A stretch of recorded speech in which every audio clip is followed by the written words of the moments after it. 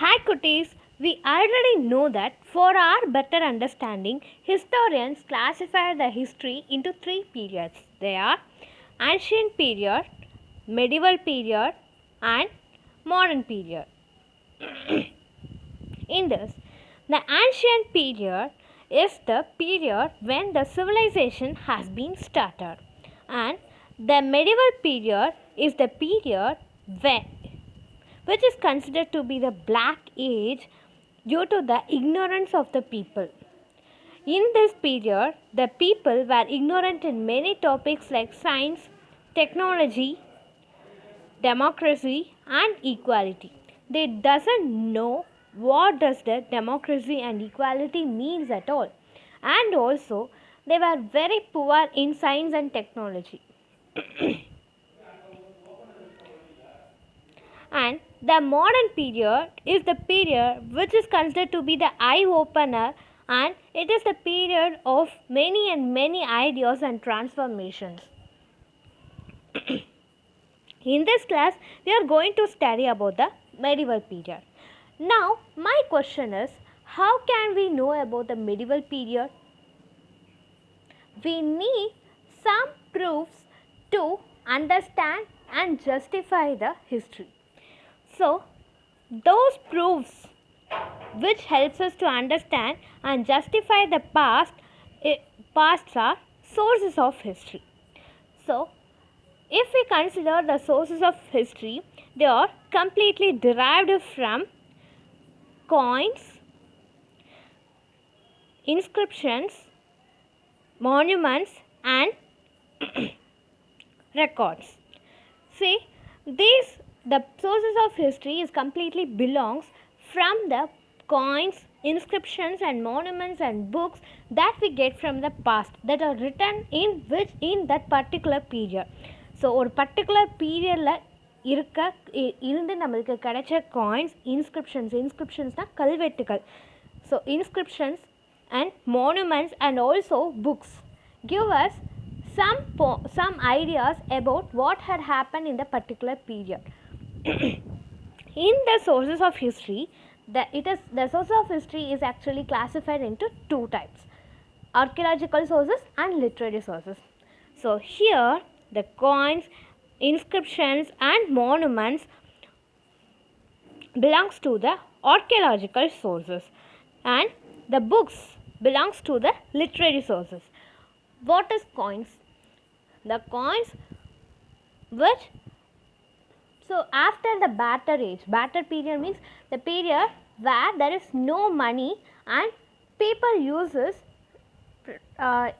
exchange of goods for the trading purpose. So trading purpose காக goods exchange பண்ணி அவங்கள்ட்ட இருக்கிறத கொடுத்து மற்றவங்கள்ட்ட இருக்கிறத வாங்கிக்கிட்டாங்க. Suppose if he is a farmer who cultivate rice, so அவர் கல்டிவேட் பண்ண ரைஸை கொடுத்து அவருக்கு வேணுங்கிற திங்ஸை லைக் பாட்டரிஸ் ஆர் தானியங்கள் இதெல்லாம் வந்து அவங்களுக்கு என்னென்ன மற்றது தேவைப்படுதோ அதெல்லாம் வந்து அவங்கள்ட்ட இருக்க ரைஸை கொடுத்து மற்றதை வாங்கிப்பாங்க.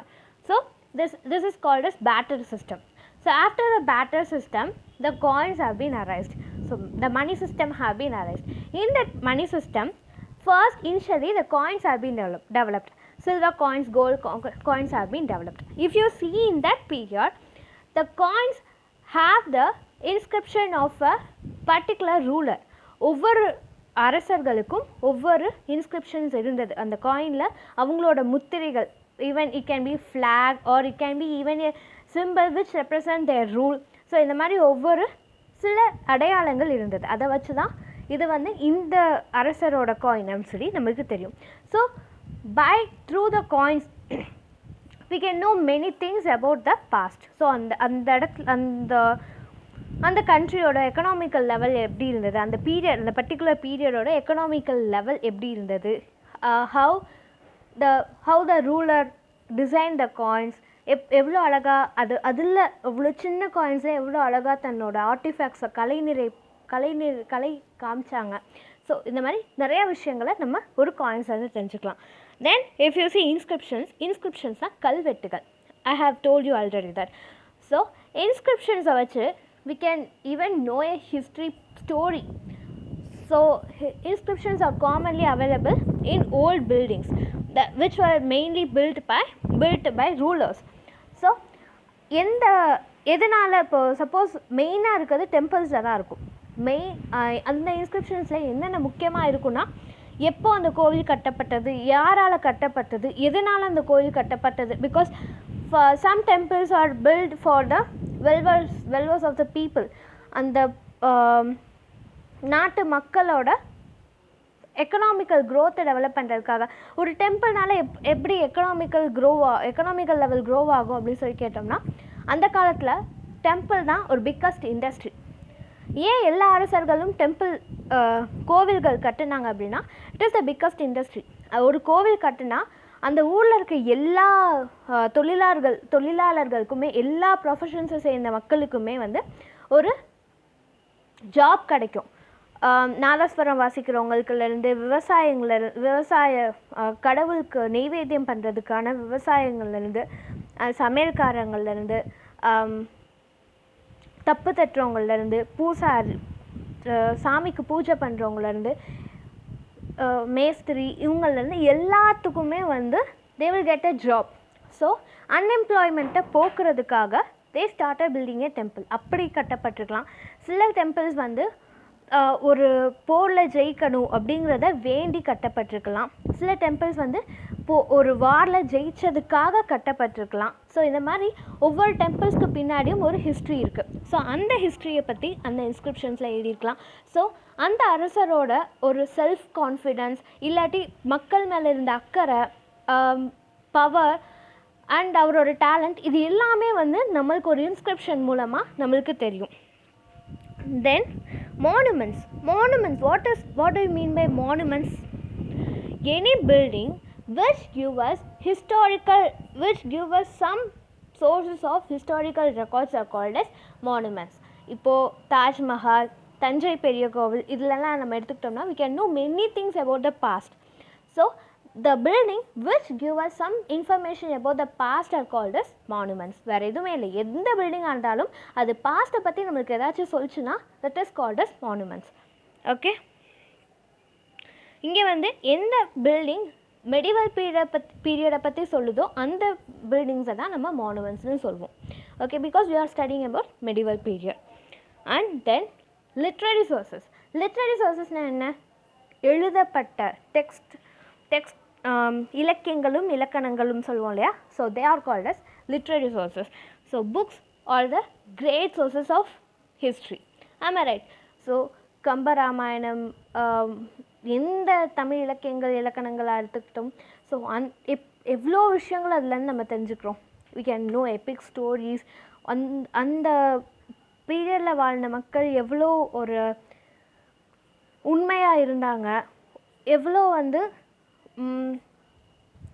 ஒழுக்கம் அப்படிங்கிற ஒன்று கடைப்பிடிச்சாங்க அப்படிங்கிற விஷயங்கள்லாம் நம்ம நிறையா புக்ஸ்லேருந்து தான் தெரிஞ்சுக்க முடியும். இன்ஸ்கிரிப்ஷன்ஸ்லேருந்து நம்மளால் ஒரு சராசரி மக்களோட வாழ்க்கையை நம்மளுக்கு சொல்கிறது புக்ஸ் தான். No inscriptions or no monuments can say about the life of a common people. Only books can depict the life of the common people. So books are the great sources of history. So in the books, appo வந்து there is no printing press. Am I right? So there is no printing press. Then how did they write books? The books are written by hand. So there is a now in which we write a book in paper. Am I right? But these papers were very costly before 7th century. அப்போ printing ப்ரெஸ்ஸும் கிடையாது, பேப்பரும் கிடையாது. Just imagine how did they write? 7th centuryக்கு முன்னாடி papers வந்து ரொம்ப costly.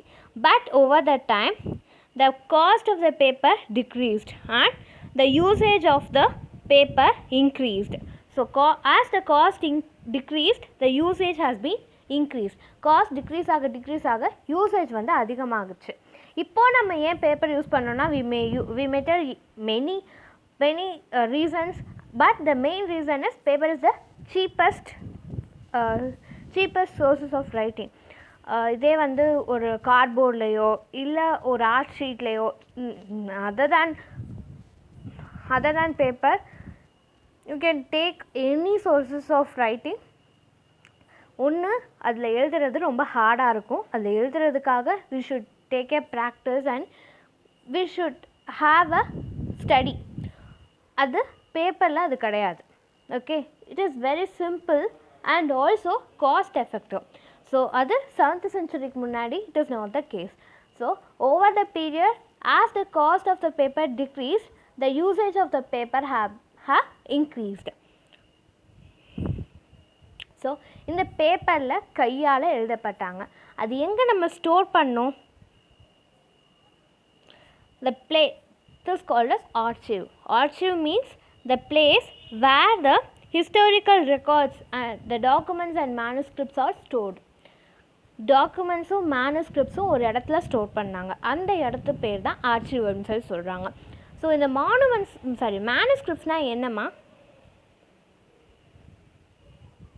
The documents which are written by hand are called as manuscripts. The documents which are written by hand are called as manuscripts.